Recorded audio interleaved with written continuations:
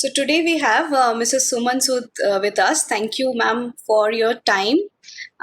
We are going to talk about 2021, how to prepare schools and students to reopen. So before that, I would like to give a very hearty welcome to Mrs. Suman Sood, who has been working in the space of pre-primary and primary education for over 30 years.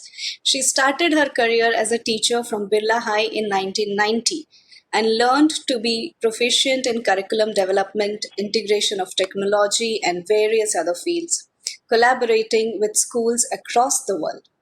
Former director of Mongrace Montessori House of Schools, Mrs. Sood is presently the director of BD Memorial School. She has co-authored sets of history and civics books published by Pearson.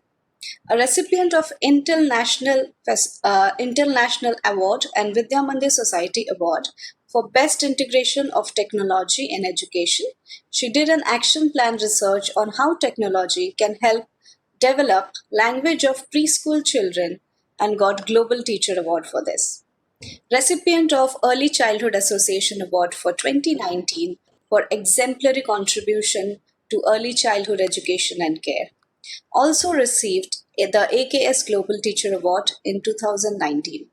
She has been a part of the learned delegation that traveled to London in 2019 and visited China and various other countries such as Hong Kong, Dubai, and London to understand the working of schools there. She started the ECA Kolkata chapter under the mentorship of Dr. Swati Popadwats and has been instrumental in bringing about a wave of change in the way parents and community had been perceiving early childhood education.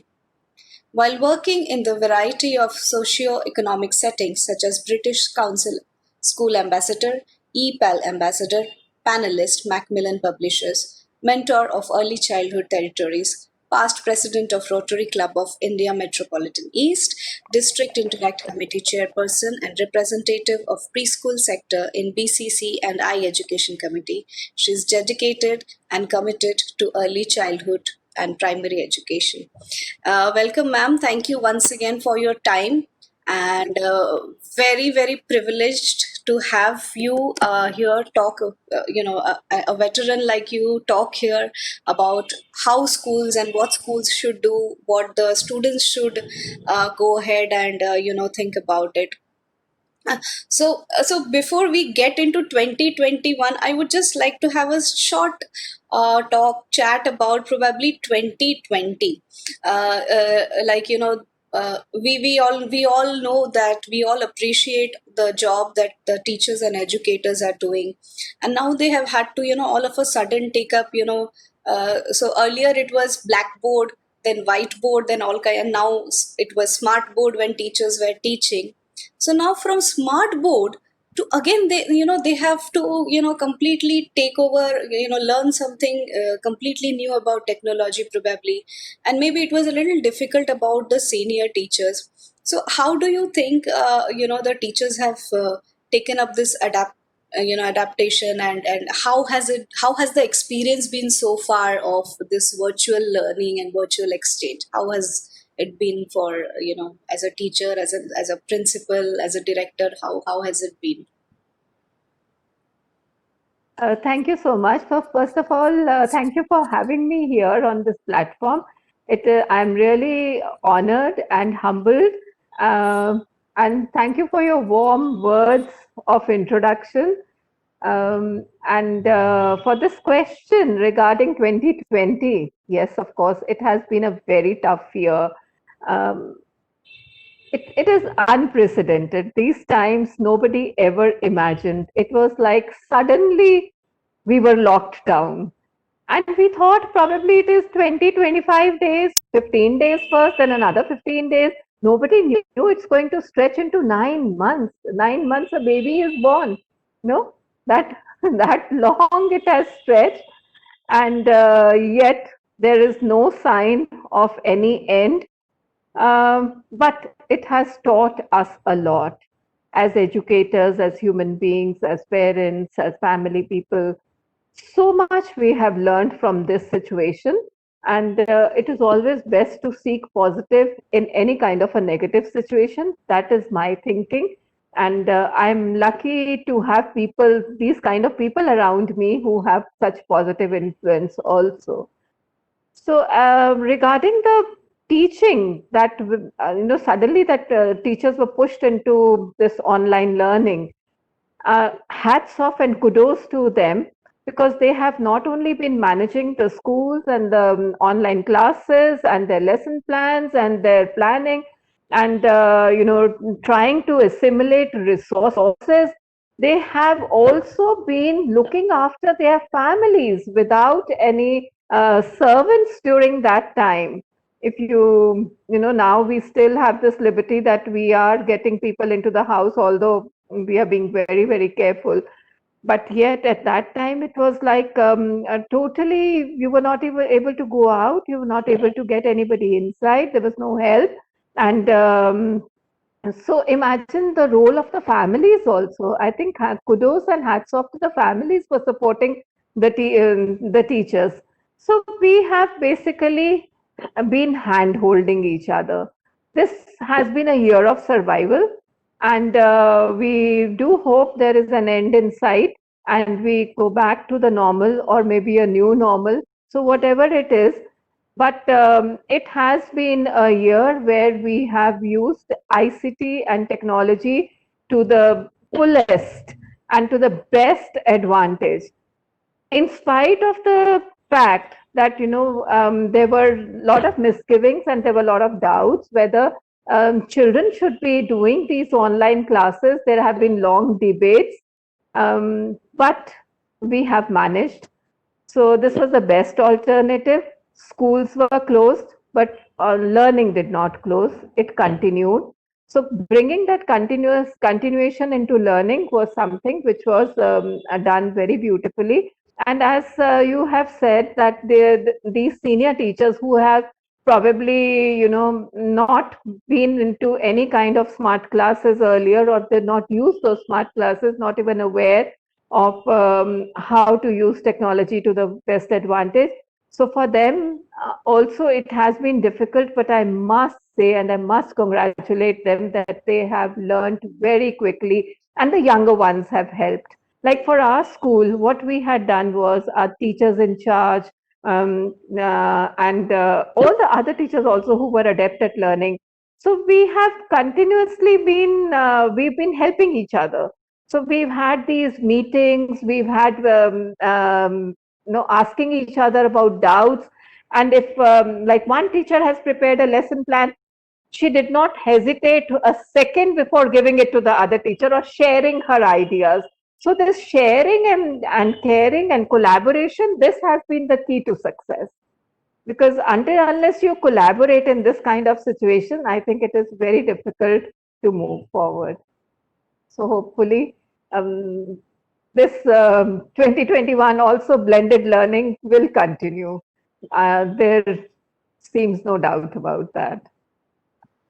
True. Yeah. So, like, I think the most wonderful thing that you have said is collaborating and helping and supporting each other. I think this period has also taught us to welcome new things, and also to probably be more supportive to each other, be more open to each other. And yeah, I think, and the debate that you were talking about, I think it's very important that we still continued with the blended learning or virtual learning, because again, we cannot expect the parents also to take up completely take up the role of a teacher. That is why the role of a teacher is so important. It doesn't matter which class the child is in, but I think the parents have been able to adapt better because the teachers have been helping with virtual classes. They have been teaching, they have been giving ideas what to do next. They have been giving assignments. Because I really, as a parent also myself, I don't think we could have completely taken over a teacher's role, or have done the classes as wonderfully, if had it not been for the blended learning. So it was very, very important. So so like you said about we did not expect it to be for 9 months, but now I think we are expecting it to go for another year. So earlier we were expecting very Yes. or less frame of time, and now we are expecting a very very huge frame of time. So what do you think is the tentative reopening date, apart from the vaccinations coming in or whatever, and what is the criterias that schools should be looking out for? Is it vaccinations that, okay, after vaccinations we are going to try this, or is it going to be a mutual opinion between parents and schools, or what is it? What are the main criterias and the tentative dates that we should be looking at reopening?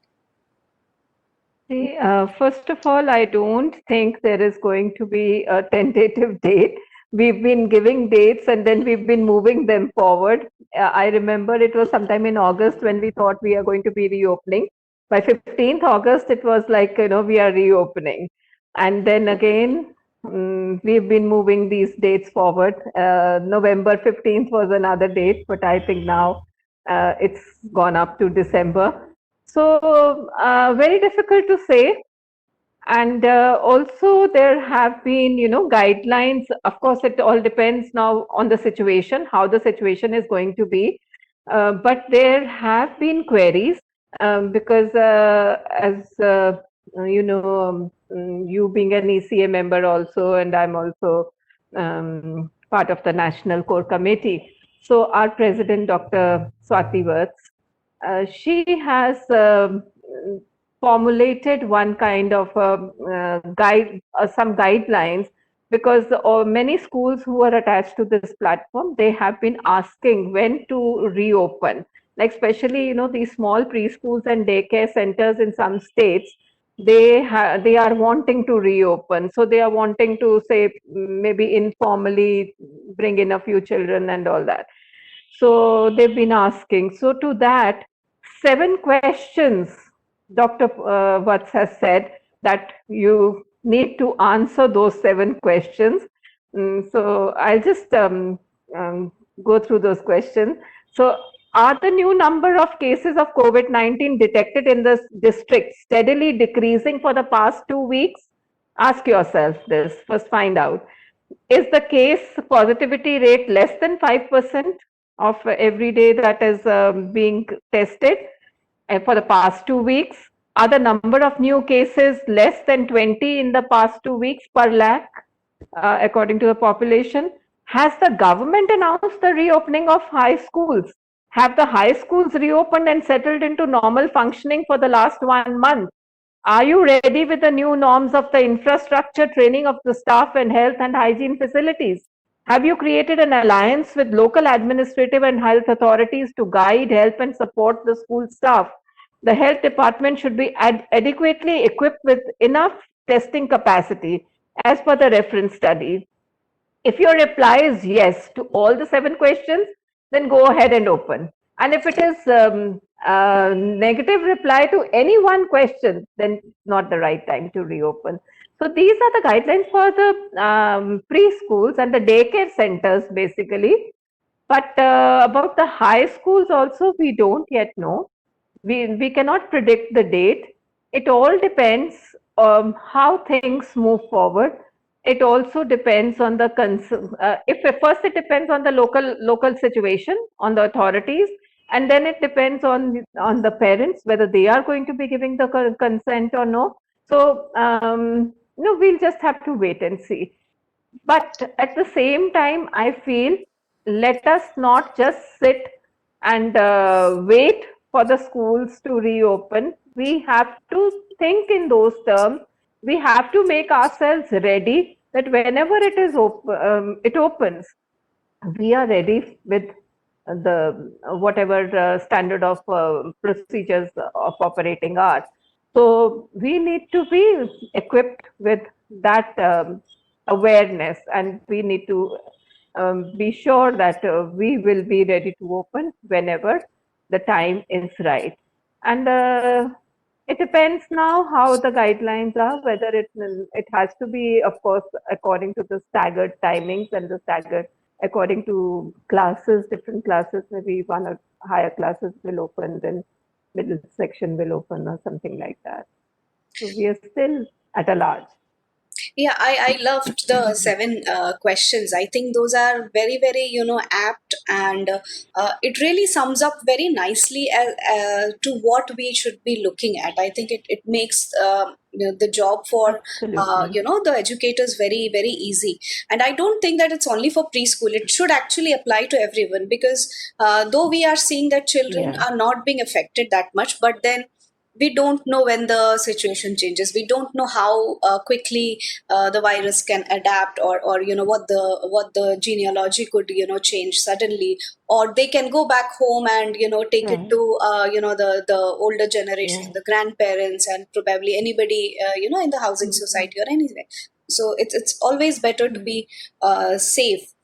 So do you think that so some are saying waiting for vaccinations? We have had this discussion, but even again, personally, if I say vaccination is not the answer to it, we also need to wait and see how vaccinations are working. Does it No. have any side effects? And as you rightly said, the parental consent. So let's say if there is a 50-50 consent, I mean, what are the schools also looking at? That what is the percentage of parental consent that you're looking at reopening? Do you think a 50-50 is good enough? Because the schools cannot have an offline class as well as a virtual online class for parents who are not sending to ready to send. So I think this is, I personally feel this will be a blended learning. It will be, the main focus will be on online. So the SOP that has earlier been given by MRHT, so that also states that the focus will be on blended learning, and online will continue. So even if the schools start, so it will be like whatever percentage, all children, I don't think we will be able to call all children together to the class. We have to call them in rotation, maybe 2 or 3 days a week. Some of the students will come in, like right now also, wherever the schools have, there have been reopening. So there also, our Prime Minister has said that only those children who need to clarify their doubts, the higher classes, can go to schools and seek appointment from the teachers, and then they can clarify their doubts. So for that also, lot of things need to be in place. So we have to look at the safety and hygiene, all the standard practices, not standard, rather, these are new practices.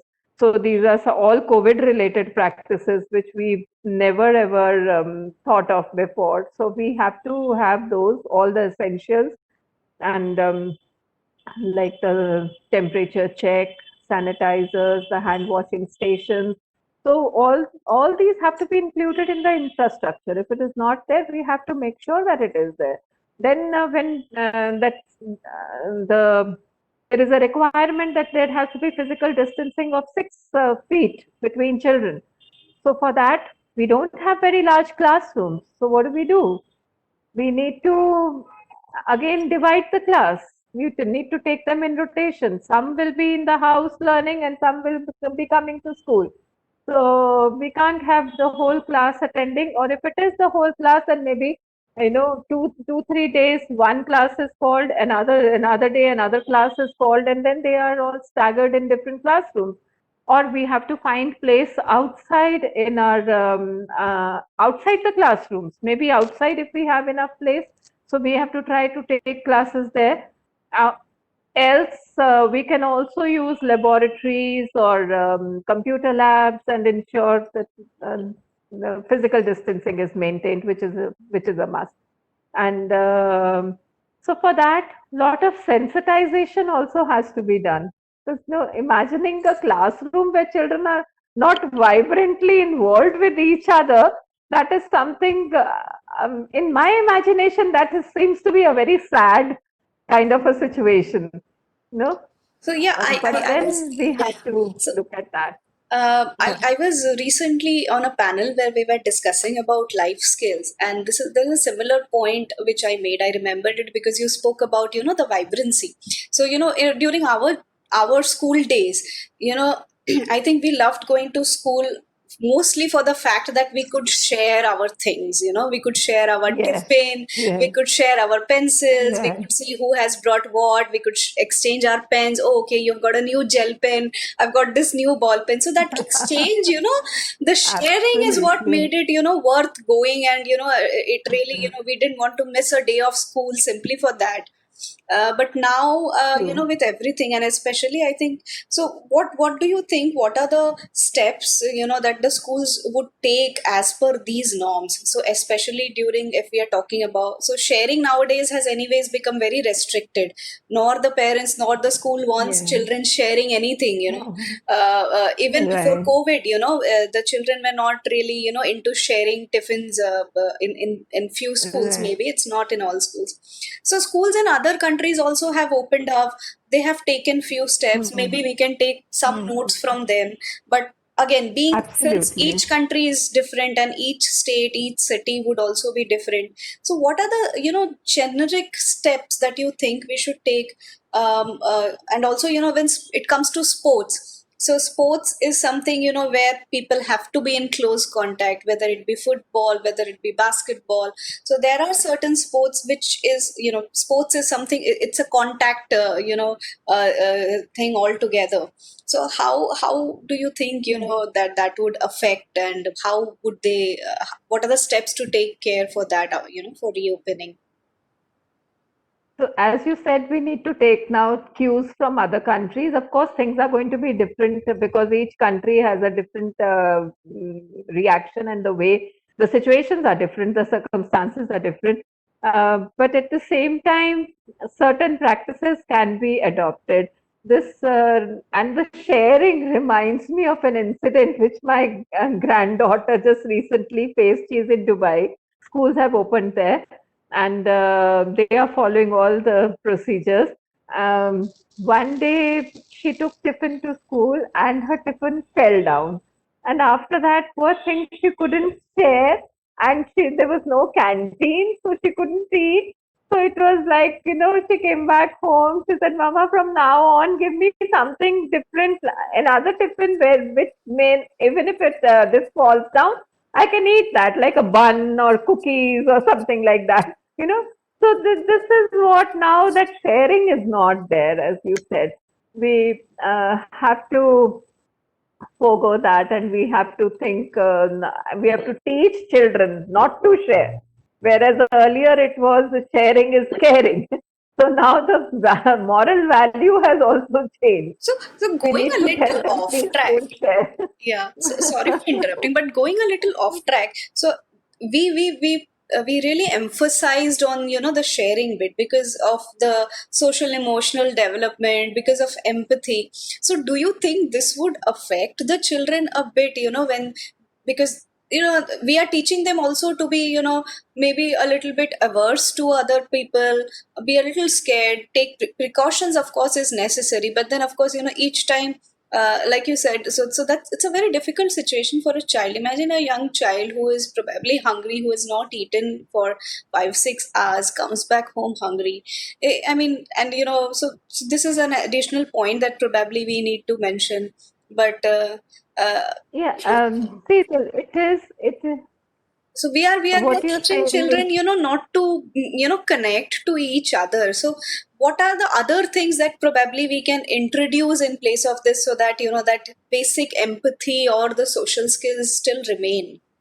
So is there something that we can do see, about it? here we have to sensitize children, and we have to make them aware that this is a situation which is not going to last, but we have to be careful. Because of that, you have been told not to touch each other. You have to be, so all this kind of teaching has to go on. It has to be there from the parent side. It has to be there from the teacher's side, and at the same time they have to be, we have to make them aware of the moral values also. So even if we are telling, we need to tell them, we are telling you not to share, not because sharing is bad. So sharing is a very good thing. But once this situation is over, then you start sharing. Right now, we are telling you not to share because of health reasons. So children understand that this is not something which we are doing it not because we, and children are basically, they have empathy in them. So it is just, we are trying to tell them not to be so empathetic right now, because right now is not the time for you to share your things with others because of this reason. They have the logical understanding, so we can make them aware. Logically, we can make them understand. So I'm sure it will not affect their moral values. I'm sure about that. And then in the house, parents have to make it doubly sure, that these moral values are built up. So, of I course, a think lot it's also all the depends more on the important to way talk the about families these things now, respond. because I mean, Sorry? I think it's all the more important now to talk more about, these things, because we are unable to Yes, actually do it. yes, So, yes, similarly, like the learning yes. did not stop, this learning also should not, stop. And we Should need to not keep stop, on, should not stop. communicating with all this. So, ma'am, coming back Very to true.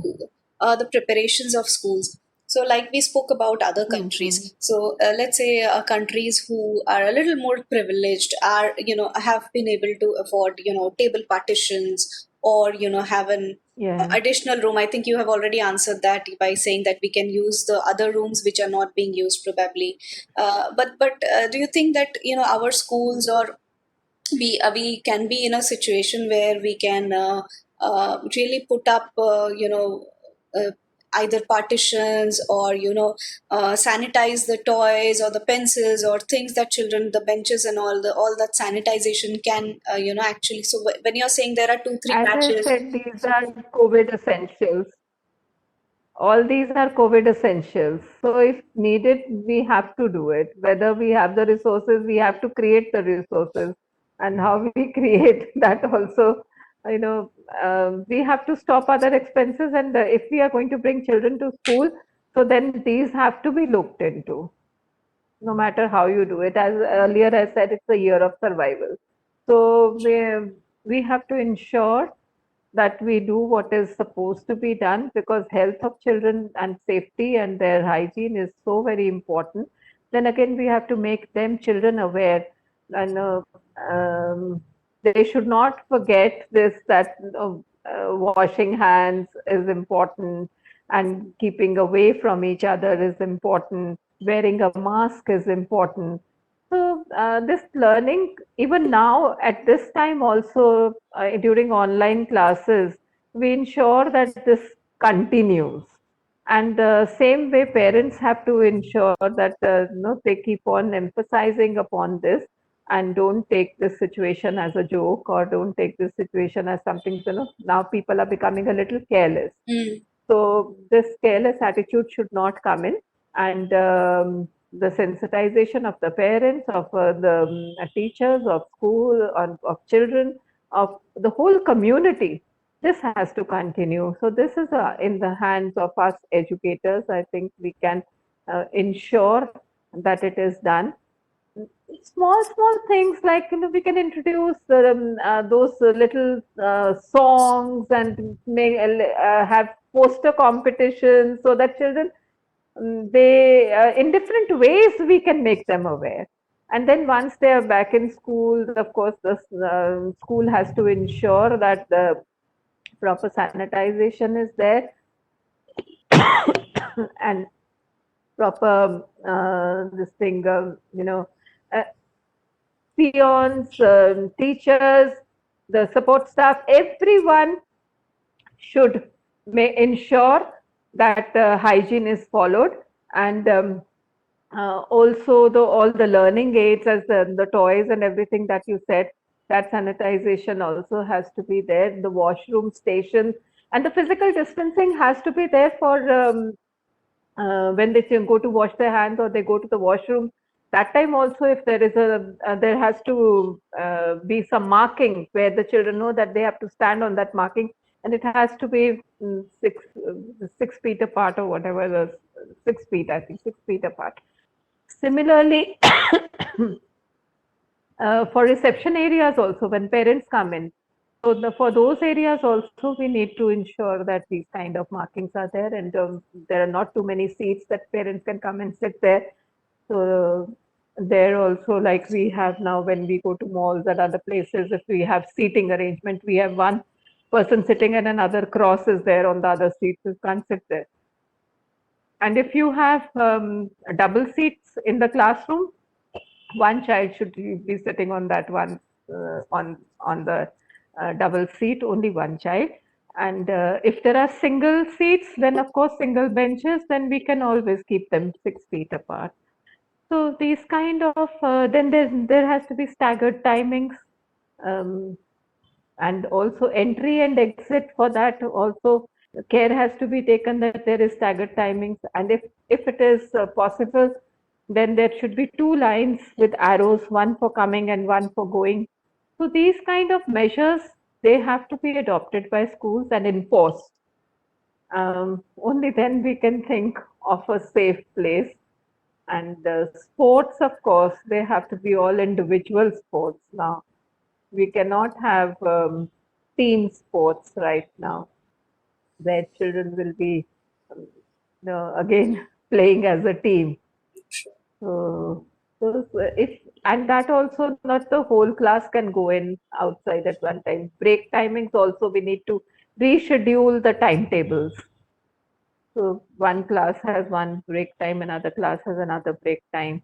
So something like that has to be worked out by schools, and it has to be done in a manner where we can ensure safety and hygiene.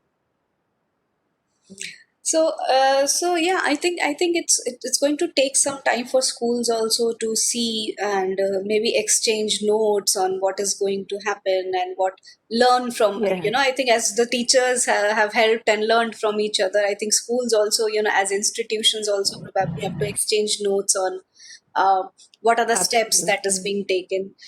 So from all this, so how do we ease the children also, be it the little ones or be it the teenagers, so they have been used Hmm. to now at home, and they have probably not, if not all, many of them have been very used to hooked onto the screen.